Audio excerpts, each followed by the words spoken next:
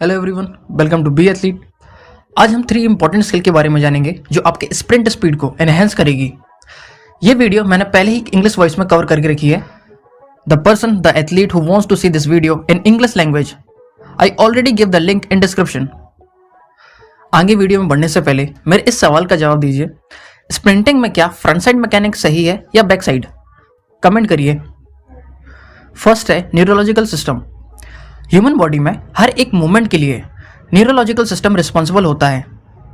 उसका फंक्शन है कि कौन सी मसल कॉन्ट्रैक्ट करेगी या रिलैक्स करेगी और कितनी स्पीड के साथ करेगी और कैसे सीक्वेंस में करेगी। एथलेटिक परफॉर्मेंस में न्यूरोलॉजिकल सिस्टम कैसे रिस्पॉन्सिबल है, आइए जानते हैं। एक सिंपल टेस्ट से इसे जान सकते हैं। एक चेयर या स्टूल में बैठिए और दोनों हील्स को ग्राउंड से कॉन्टैक्ट रखते हुए अपने टोज को टैप करिए और जितनी फास्ट आप कर सकते हैं उतनी तेजी से करिए, वो भी 8 से 10 सेकेंड्स के लिए। इस वीडियो को होल्ड करें और ट्राई करें। जो अनफिट एथलीट है उसे बहुत ही जल्दी डिस्कम्फर्ट फील होने लगेगा। और ऐसा क्यों हुआ? क्योंकि अपोजिंग मसल एक साथ कॉन्ट्रैक्ट करने की कोशिश कर रही हैं, वो भी एक ही टाइम पर। इसका मतलब अगर आपकी एक अगोनिस्ट मसल कॉन्ट्रैक्ट करती है तो एंटागोनिस्ट मसल को रिलैक्स होना चाहिए। और यही एक कारण है स्लो एथलीट का। स्प्रिंटिंग के दौरान नोविस एथलीट का न्यूरोमस्कुलर कोऑर्डिनेशन लैक करता है। अगर आपको फास्ट स्प्रिंट करना है तो इस न्यूरोमस्कुलर कोऑर्डिनेशन को इंप्रूव करना होगा, वरना आप फास्ट स्प्रिंट के समय कोऑर्डिनेट नहीं कर पाओगे और अपोजिंग मसल एक साथ कॉन्ट्रैक्ट होने के कारण आप स्लो हो जाओगे। दूसरा है स्ट्रेच रिफ्लेक्स। अपने हाथ को टेबल के ऊपर रखिए और मिडिल फिंगर को रेज करिए और टैप करिए जितना हार्ड और तेजी के साथ कर पाए। अब दूसरे हाथ की मदद से फिंगर को पुल करिए और अचानक से छोड़ दीजिए। टेंडन और उसके सराउंडेड फेसिया मसल में स्टोर्ड इलास्टिक एनर्जी एक साथ मिलकर ग्रेटर फोर्स प्रोवाइड करती हैं, वो भी लेस टाइम पर। यह मस्कुलर कॉन्ट्रैक्शन यही स्ट्रेच रिफ्लेक्स प्रिंसिपल के समय काम करता है।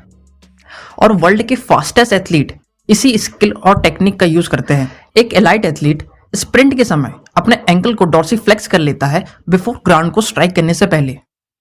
इससे होता यह है कि सोलियस मसल में स्ट्रेच या लोड पड़ जाता है और एथलीट ग्राउंड कॉन्टैक्ट करते समय प्लेंटर फ्लेक्स कर लेता है अपने एंकल फुट को, जिससे सोलियस मसल फिर से रिलीज हो जाती है। और इसी तरह स्ट्रेच रिफ्लेक्स प्रिंसिपल फिर से काम करता है और दोबारा रिकॉइल करता है इलास्टिक एनर्जी को जो टेंडन में स्टोर्ड हो जाती है और जनरेट करती है ट्रेमेंडस पावर को, ताकि एथलीट फॉरवर्ड स्प्रिंट कर सके। आपने देखा होगा कई बार एथलीट मोर डिस्टेंस कवर करने के चक्कर में ओवर स्ट्राइडिंग करने लगता है, और वो भी खासकर फिनिश लाइन के पास, जिस कारण सोलियस मसल में स्ट्रेच रिफ्लेक्स प्रिंसिपल 0 होने लगता है। इस चीजों से यह पता चलता है कि वो आगे बढ़ने के लिए स्ट्रेच रिफ्लेक्स प्रिंसिपल के बजाय केवल मसल कॉन्ट्रैक्शन का यूज कर रहा है। और ओवर स्ट्राइडिंग के कारण उसे ग्राउंड में ज्यादा टाइम तक कॉन्टैक्ट पोजीशन में रहना पड़ता है, और एथलीट जितने टाइम तक ग्राउंड के कांटेक्ट में रहेगा उतना वो अपनी स्पीड को लूज करेगा। तीसरा है न्यूरोमस्कुलर कोऑर्डिनेशन। ट्रेडिशनल स्पीड और स्पीड एंड्योरेंस ट्रेनिंग खासकर फोकस करती है फिजियोलॉजिकल डेवलपमेंट पर, और आज की मॉडर्न रिसर्च ये कहती है कि कोच या एथलीट को खासकर ध्यान देना चाहिए उसकी फिजियोलॉजिकल फैक्टर्स यानी कोऑर्डिनेशन स्टार्टिंग से ही डेवलप करनी चाहिए। जब एथलीट स्प्रिंट करता है तो माइंड सिग्नल भेजता है न्यूरॉन्स को कि कौन सी मसल को कॉन्ट्रैक्ट या रिलैक्स करानी है। तो इस चीजों से यह पता चलता है कि स्प्रिंट करते समय माइंड को इस प्रकार ट्रेन करना होगा कि उसी मसल को वो टारगेट करे जो हेल्प करे स्प्रिंट के समय, क्योंकि मसल कॉन्ट्रैक्शन नैनो सेकेंड्स के अंदर हो जाती है। न्यूरोमस्कुलर कोऑर्डिनेशन के अंदर 2 फैक्टर हैं, इंटरमस्कुलर कोऑर्डिनेशन और इंट्रामस्कुलर कोऑर्डिनेशन। इंट्रामस्कुलर कोऑर्डिनेशन में जहां सिंगल मसल यूनिट काम करती हैं, वहीं इंटरमस्कुलर कोऑर्डिनेशन में डिफरेंट मसल ग्रुप इंटरेक्ट करती हैं।